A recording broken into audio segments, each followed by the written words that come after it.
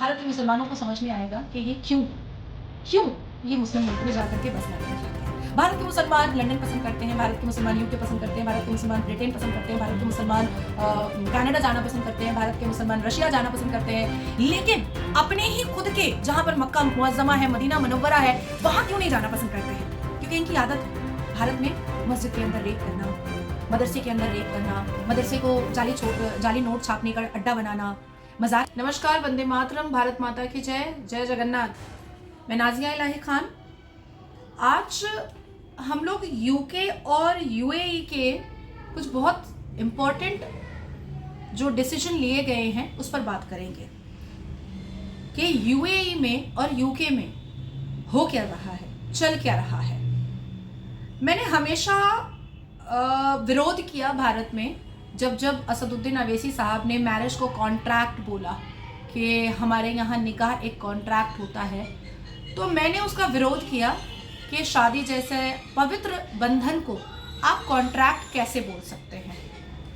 और देखिए, दुर्भाग्य कहूँ या सौभाग्य कहूँ समझ में नहीं आता, लेकिन दुर्भाग्य की बात है कि भारत में किसी भी मुसलमान में, मुफ्ती हो, मौलाना हो, आलिम दीन हो, मेरी इस बात को उन्होंने कभी भी तवज्जो नहीं दिया, बल्कि मुझे ही क्रिटिसिज्म के कटघरे पर हमेशा खड़ा किया गया। यूके की खबर मैं पहले आप लोगों को बताना चाहती हूँ कि पाकिस्तान की एक फैमिली है जिसको द क्राउन कोर्ट यूके के 18 साल की सज़ा मिली है। क्या पूरा परिवार करप्ट था? क्या पूरे परिवार ने कोई क्रिमिनल एक्टिविटीज़ की है? क्या पूरे परिवार ने ह्यूमैनिटेरियन ग्राउंड को डेवेस्टेट करने की कोशिश की है? इसी को समझेंगे पहले। यूके के द क्राउन कोर्ट में अर्श सिद्दीकी, जो पाकिस्तानी फैमिली है, 64 साल के, नबील शाहीन 56 साल की, ज़ेबा अरशद 27 साल की, मोहम्मद शोएब अरशद 28 साल के और अकील इरशाद 32 साल के। अब इनका क्राइम किया है। इसमें से जो शोएब अरशद है, इन्होंने एक यूके की सिटीजन के साथ प्यार मोहब्बत किया, शादी किया और निकाह, और उसके बाद फिर घर ले आए। नाम मैं लड़की का रिवील नहीं करूंगी क्योंकि इंटरनेशनल क्राउन कोर्ट ने भी मना किया है, इसलिए मैं नाम नहीं रिवील कर सकती हूँ। उस लड़की ने अपने स्टेटमेंट में दिया है कि मुझे शादी करके लेकर आया गया, लेकिन जो एक बीवी को वैल्यू, इम्पोर्टेंस, अहमियत देनी चाहिए वो नहीं दी गई। जब उसने अपने शौहर से बात की कि आखिर तुम मेरे साथ कर क्यों रहे हो ऐसा, ना मुझे कहीं लेकर जाते हो, ना मुझे वैल्यू देते हो, ना मुझे अहमियत देते हो, सिर्फ सेक्सुअल रिलेशन और घर के कामकाज, तब उसने बताया कि तुम मेरे साथ कॉन्ट्रैक्ट में हो, और कॉन्ट्रैक्ट में जब मैं तुमको लेकर आया हूँ तो जिस चीज़ के लिए लेकर आया हूँ बस वही करना है। तो this is the explanation of निकाह मीन्स कॉन्ट्रैक्ट मैरिज। और ये मैं नहीं बोल रही हूँ, भारत देश के बड़े बड़े आलिम दीन, मुफ्ती, कारी और हमारे असदुद्दीन अवैसी भाईजान, उन्होंने भी निकाह को कॉन्ट्रैक्ट कहा है। और ये शेमलेस पाकिस्तानी फैमिली इस गुनाह में 18 साल की सज़ा अब खटेगी, 18 साल की सज़ा खटेगी। अब आती है बात यूएई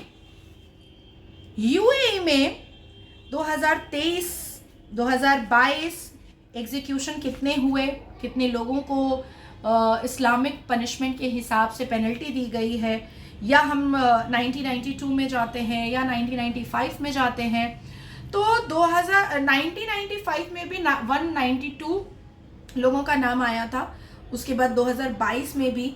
लेकिन इस बार 100 से ऊपर एग्जीक्यूशन हुए हैं यूएई में, मतलब डेथ पेनल्टी हुई है, और इसके पूरे रिपोर्ट्स मेरे हाथ में हैं, डेथ पेनल्टी। अब इसमें नाइजीरियन भी हैं, इसमें बहुत सारे ऐसे लोग हैं जिनको डेथ पेनल्टी दी गई है इस्लामिक पनिशमेंट के हिसाब से, जिन्होंने ड्रग्स का व्यापार करने की कोशिश की है, जिन्होंने रेप करने की कोशिश की है, जिन्होंने चाइल्ड अब्यूज़ करने की कोशिश की है, जिन्होंने चाइल्ड लेबर कराने की कोशिश की है। विभिन्न प्रकार के क्राइम के हिसाब से उनको एग्जीक्यूट किया गया है, उनको डेथ पेनल्टी दी गई है। लेकिन इन 100 लोगों में 21 लोग पाकिस्तानी मुसलमान थे। 21 पाकिस्तानी मुसलमानों को डेथ पेनल्टी दी गई है, डेथ पेनल्टी। ये 21 पाकिस्तानी मुसलमान करते क्या थे? अश्लीलता का नंगा नाच कर रहे थे, क्योंकि इनकी आदत है भारत में मस्जिद के अंदर रेप करना, मदरसे के अंदर रेप करना, मदरसे को जाली नोट छापने का अड्डा बनाना, मज़ार के अंदर रेप का पूरा मुजरा खाना करवाना। तो ये सोचते हैं कि जब ये सऊदी अरबिया भी जाएंगे तो वो तो ला इलाहा वाला रिश्ता है, तेरा मेरा रिश्ता क्या ला इलाहा, तो ये सोचते हैं कि वहाँ पर भी वही होगा, लेकिन नहीं। दरअसल हमारे भारत में और पाकिस्तान में जिन्ना का इस्लाम चलता है, और बाकी जो मुस्लिम मुल्क हैं, और ख़ास करके मैं यूएई की बात कहूँगी, सऊदी अरबिया की मैं बात कहूँगी, तो वहाँ पर कुरानिक इस्लाम चलता है। कुरान को मानने वाले ही कुरानिक इस्लाम मानते हैं, क्योंकि सऊदी अरबिया कुरानिक इस्लाम मानता है, अल्लाह की इल्हामी किताब को मानता है, इसलिए वो इस्लामिक पनिशमेंट आज तक वहाँ पर चल रहा है। इस्लामिक पनिशमेंट मैंने कई बार कई चैनल के माध्यम से मैंने बताया है, आज अपने खुद के चैनल के माध्यम से भी बताना चाहती हूँ कि इस्लामिक पनिशमेंट बहुत ही दिल दहलाने वाला होता है, जिसमें कोई गुंजाइश नहीं है कि आप किसी को गाली दे देंगे उसको छोड़ दिया जाएगा या माफ़ कर दिया जाएगा, नहीं, ज़बान काट लिए जाएंगे। इस्लामिक पनिशमेंट है कि अगर आप किसी का कंसेंशुअली अगर आप किसी के साथ इंटीमेट रिलेशन करते हैं दैट्स ओके, लेकिन कंसेंशुअल नहीं है तो मर्द के औजार काटे जाते हैं। किसी की हत्या करते हैं तो हत्या सामने वाले की भी होती है, चोरी करते हैं तो हाथ काटे जाते हैं। तो इस सऊदी अरबिया आज भी अल कुरान के हिसाब से इस्लामिक पनिशमेंट देता है। वहाँ आज भी मजालिस लगाए जाते हैं इस्लामिक तरीके से, जहाँ पर बलात्कार करने वाले को पत्थर मार मार करके उसकी हत्या की जाती है।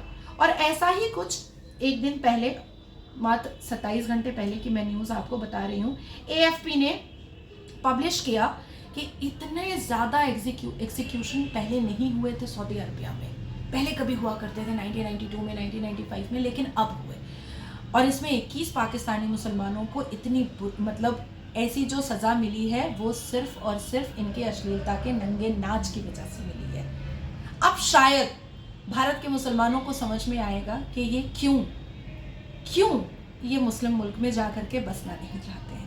भारत के मुसलमान लंदन पसंद करते हैं, भारत के मुसलमान UK पसंद करते हैं, भारत के मुसलमान ब्रिटेन पसंद करते हैं, भारत के मुसलमान कनाडा जाना पसंद करते हैं, भारत के मुसलमान रशिया जाना पसंद करते हैं, लेकिन अपने ही खुद के जहाँ पर मक्का मुअज़्ज़मा है, मदीना मुनव्वरा है, वहाँ क्यों नहीं जाना पसंद करते हैं? यही वजह है, क्योंकि उनको भी पता है कि वो रेप करेंगे, उनको भी पता है कि वो शराब पिएंगे, उनको भी पता है कि वो गाली देंगे, उनको भी पता है कि और लड़की देखो 6 साल की, 5 साल की, 9 साल की या 62 साल की या 72 साल की, उनके औजार में करंट लगता ही है। वो उम्र से उनको कोई फ़र्क नहीं पड़ता। हम कहते हैं ना कि age is just a number, ये हम अपने लिए कहते हैं ताकि हमारी एनर्जी ना लूज़ पड़ जाए, ताकि हमारा एफर्ट जो हम देते हैं अपने काम में उसका तरीका वो थोड़ा ना स्लो पड़ जाए, तो हम अपने आप को बूस्ट अप करने के लिए बोलते हैं ना, age is just a number. भले ही घुटने में दर्द हो रहा होगा कि उम्र हो रही है, लेकिन age is just a number, ताकि हमारी एनर्जी लेवल कम ना हो। लेकिन भारत के मुसलमान और पाकिस्तान के मुसलमानों के लिए age is just a number है रेप करने के लिए। 6 साल की बच्ची होगी तो भी वो अश्लीलता वाली नज़रों से ही देखेंगे, 62 साल की महिला होगी बुजुर्ग तो भी वो उसको अश्लीलता वाले नज़र से ही देखेंगे। और इसकी एक मिसाल मैं आपको दे देती हूँ। मैं सीनियर सिटीजन का रेप इसलिए कह रही हूँ, पश्चिम बंगाल में चर्च के अंदर 72 साल की नन का रेप 5 बांग्लादेशी घुसपैठिया मुसलमानों ने किया था। 72 साल की नन का रेप। पश्चिम बंगाल में नदिया में पंचायत इलेक्शन के वक्त में 62 ईयर की एक ज़ईफ औरत का रेप मुसलमानों ने पकड़ के किया था। अब 6 साल, 5 साल, 9 साल की बच्ची का तो रेप हम हमेशा हर वक्त हर रोज़ अपनी आंखों से देखते ही रहते हैं और मुसलमान बड़े खुश रहते हैं। अभी उत्तर दिनाजपुर में एक मौलाना साहब ने 10 साल की बच्ची का रेप करके उसको प्रेग्नेंट कर दिया और भाग गया था।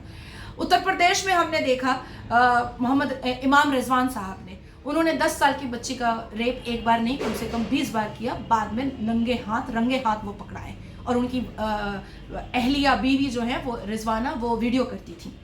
तो age is just a number, ये हमारे अपनी एनर्जी को बूस्ट अप करने के लिए होता है, लेकिन ठरकबाज मुसलमानों के लिए, जिन्ना के मानने वाले मुसलमानों के लिए age is just a number for rape होता है। तो आज मैंने आपको जियोपॉलिटिक्स में यूके और यूएई की 2 खबरें बताई हैं, जिसमें शेमलेस मुसलमानों का हिजाब मैंने उठाया है। शेमलेस मुसलमानों को किस तरीके से सिर्फ यूके में नहीं बल्कि मक्का मुअज्जमा की सरजमीन पर भी बेहुदे मुसलमानों का सर तन से जुदा किया जा रहा है।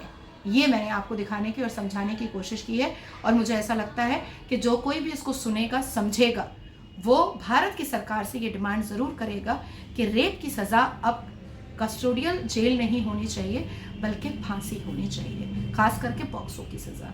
तो 2 जियोपॉलिटिक्स के टॉपिक थे जो मैंने आज क्लियर किया है। कल फिर जियोपॉलिटिक्स के 2 टॉपिक के साथ आपके सामने आऊँगी, और ऐसा ही कोई टॉपिक लेकर आऊँगी जिसमें आपको इंटरेस्ट आए। नमस्कार, वंदे मातरम, भारत माता की जय, जय जगन्नाथ। मैं नाजिया इलाही खान।